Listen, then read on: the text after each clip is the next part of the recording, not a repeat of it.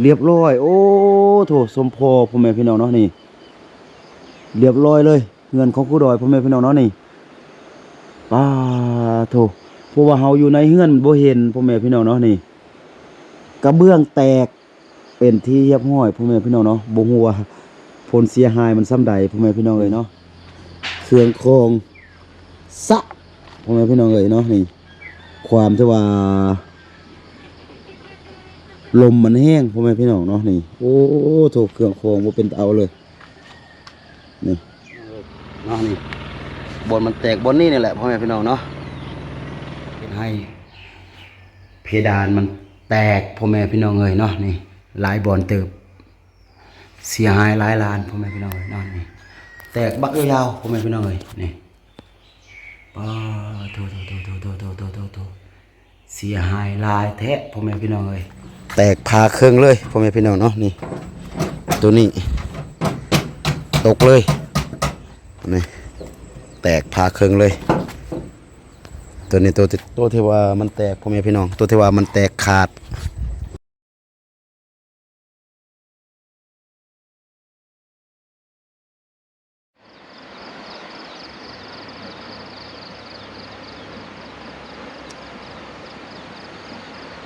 เปิดภาพมาพ่อแม่พี่น้องเนาะในเวลา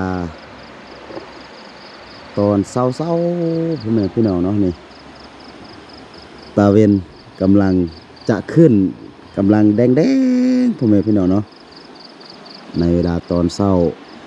อยู่ที่บ้านของครูดอยพ่อแม่พี่น้องเลยเนาะอยู่ที่ริมแม่น้ำโขงพ่อแม่พี่น้อง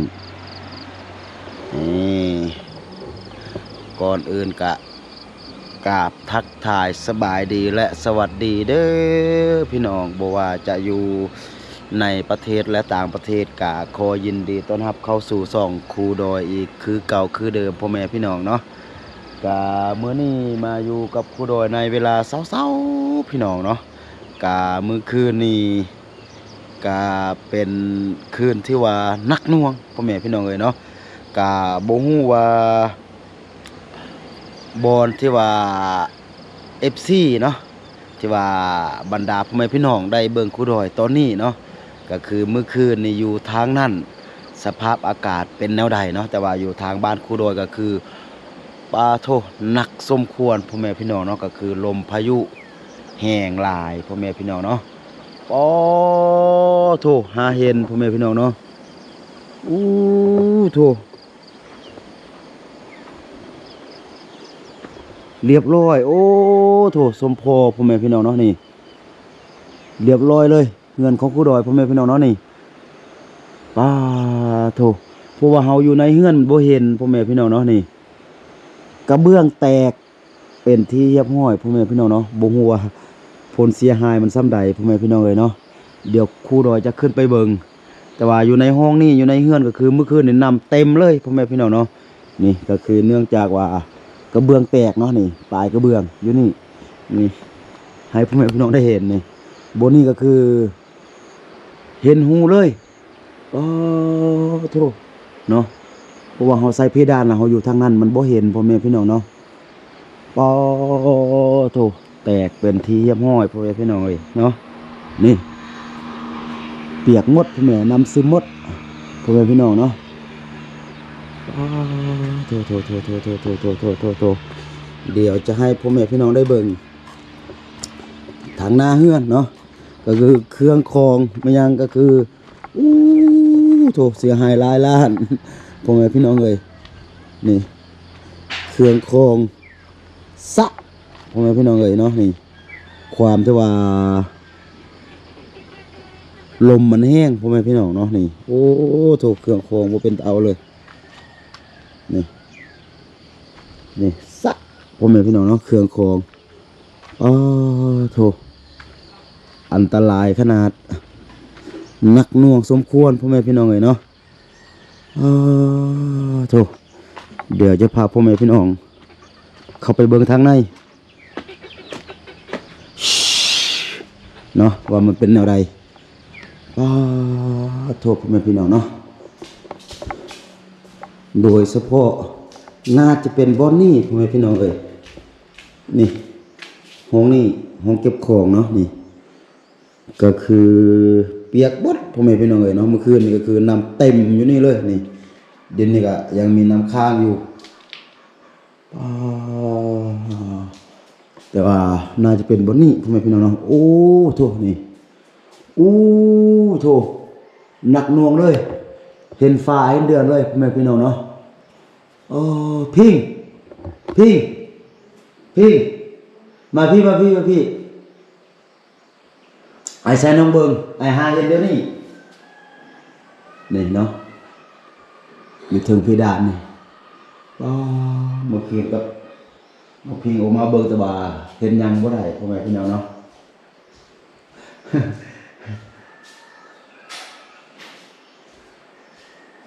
นี่น้องเบิง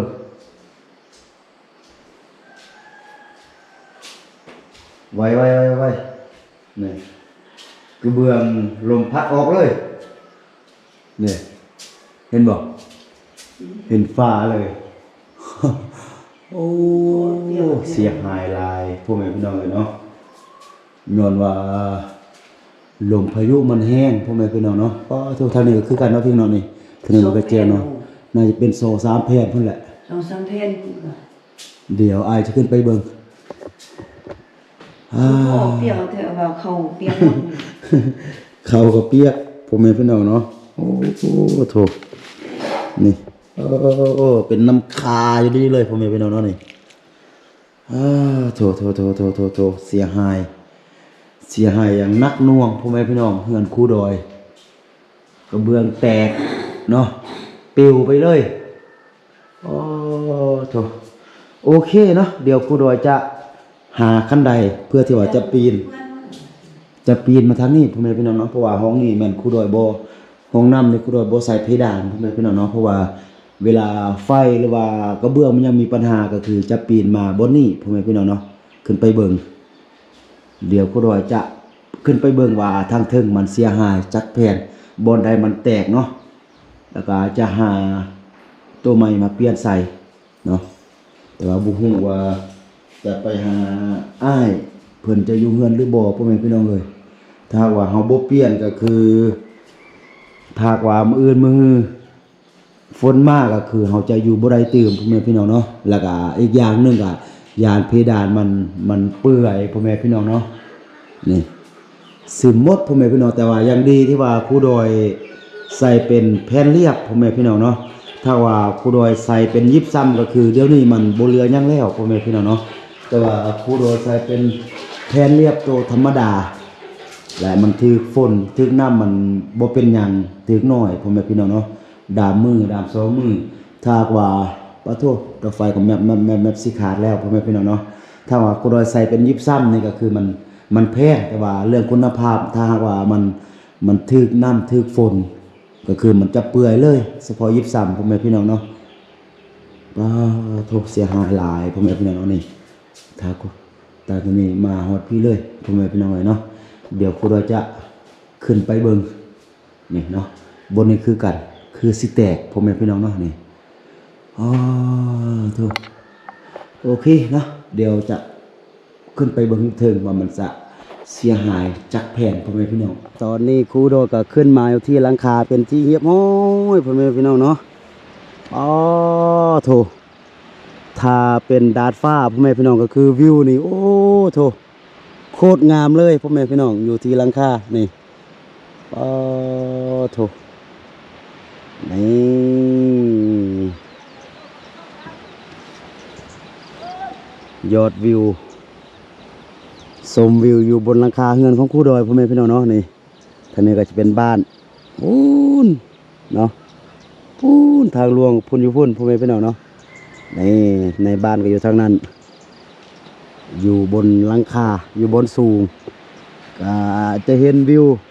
ความงามพ่อแม่พี่น้องเอ้ยเนาะถ้าว่าแดดบ่ร้อนก็อยากจะนั่งชมวิวอยู่นี่จักครึ่งมื้อพ่อแม่พี่น้องเอ้ยจัก2 ชั่วโมง2 ชั่วโมงแต่ก็คือนี่พ่อแม่พี่น้องเนาะอยู่หลังคาของครูดอยก็คือมื้อวานครูดอยเห็นมี2 ตัวพ่อแม่พี่น้องเนาะแต่ว่าบ่ฮู้ว่าน่าจะมีคนลักเอาไปพ่อแม่พี่น้องตอนนี้ก็เหลือแต่ตัวเดียวแต่ว่าตามครูดอยเบิ่งก็ คิดว่าน่าจะเจ็บพ่อแม่พี่น้องเนาะนกพิราบพ่อแม่พี่น้องอยู่ที่หลังคานี่คุณเห็นคือแต่มันสิบาดเจ็บนี่แหละพ่อแม่พี่น้องเนาะนี่โอ้โถนี่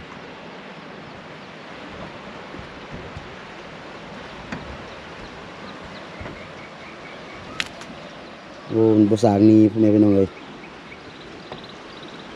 มันบ่สร้างนี้มันบาดเจ็บพ่อแม่พี่น้องโอ้โถ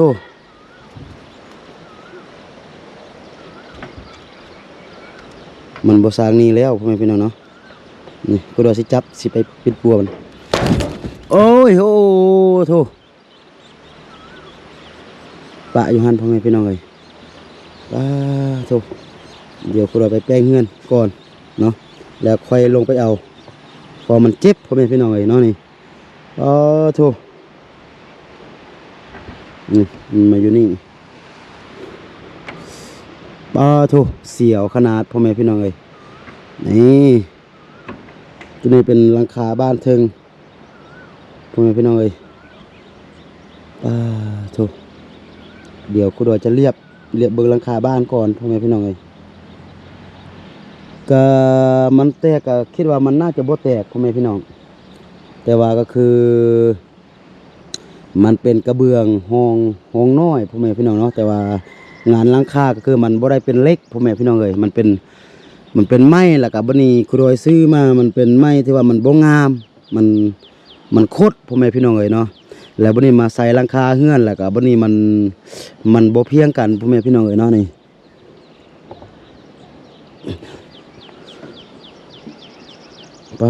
โถนี่เสียหายหลายพ่อแม่พี่น้องเอ้ยคอเกาะบางบอนบางอันก็มันบ่เกาะกระเบื้องเลยพ่อแม่พี่น้องเนาะนี่จังนี้ก็คือถ้าลมแห้งๆก็คือมันสามารถปลิวออกเลยพ่อแม่พี่น้องเอ้ยนี่คอเกาะมันบ่มีความหมายเลยคนตอกก็บ่เบิ่งดีๆให้คู่ดอยพ่อแม่พี่น้องเอ้ยก็มีแต่อันนั้นให้มันอยู่ซื่อนี่คอเกาะเกือบบ่มีความหมายเลยอยู่กระเบื้อง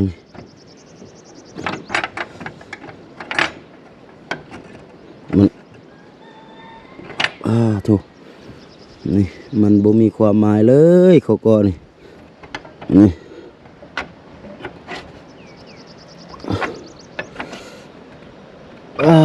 โถโถ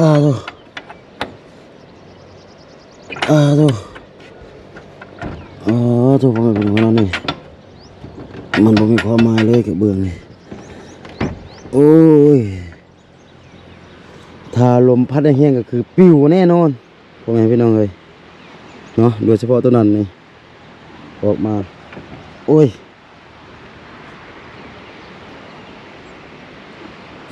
เดี๋ยวคุณดอยจะเลียบเบิ่งก่อนพ่อแม่พี่น้องเลยว่าบอลใดมันแตกแต่ว่าบอลที่ว่ามันหัวคุณดอยคิดว่ามันแตกอุ้ยโธ่กรุบเลยโอ้นี่บอลนี่แตกพ่อแม่พี่น้องเนาะแตกหนึ่งอัน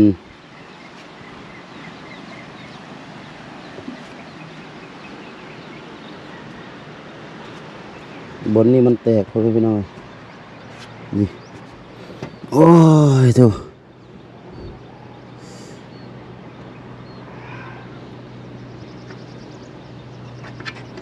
ตัวอาจจะเปลี่ยนมันยากพ่อแม่พี่น้องบนนี่โธ่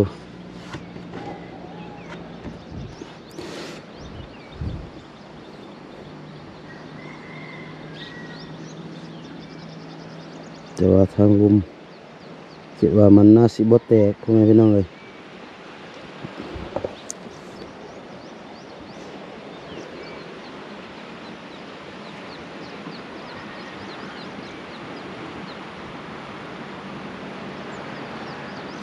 โอ้บนนี้ออกหลายพ่อแม่พี่น้องเลยเนาะ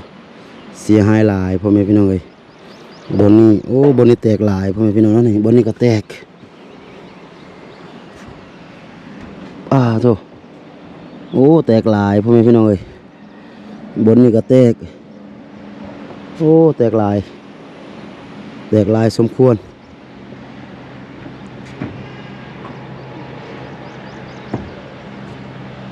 เดี๋ยวคุณดอยยังไปขวดเบิ่งพ่อแม่พี่น้องเลยว่ามันมีบนใดมันแตกเนาะ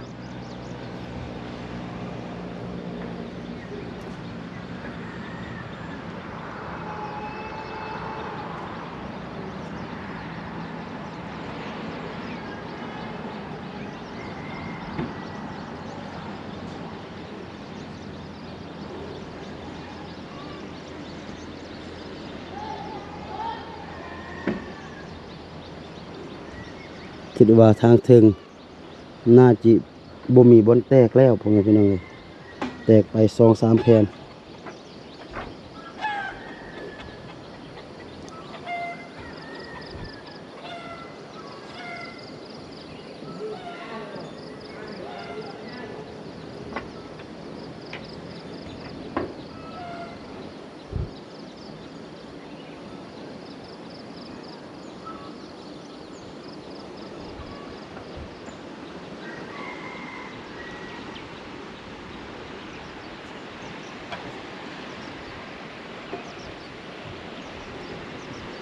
แต่ว่าจุดหนักของมันอยู่บนหั่นพ่อแม่พี่น้องเอ้ยโธ่ดีแต่ว่ามันบ่ตกทางในถ้ามันตกทางในก็คือเพดานน่าจะบ่เหลือ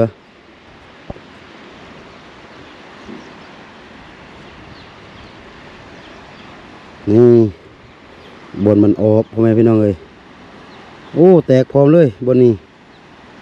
มันเกือบตกเลยถ้ามันตกนี่คือมุ่นเลยพ่อแม่พี่น้องเอ้ย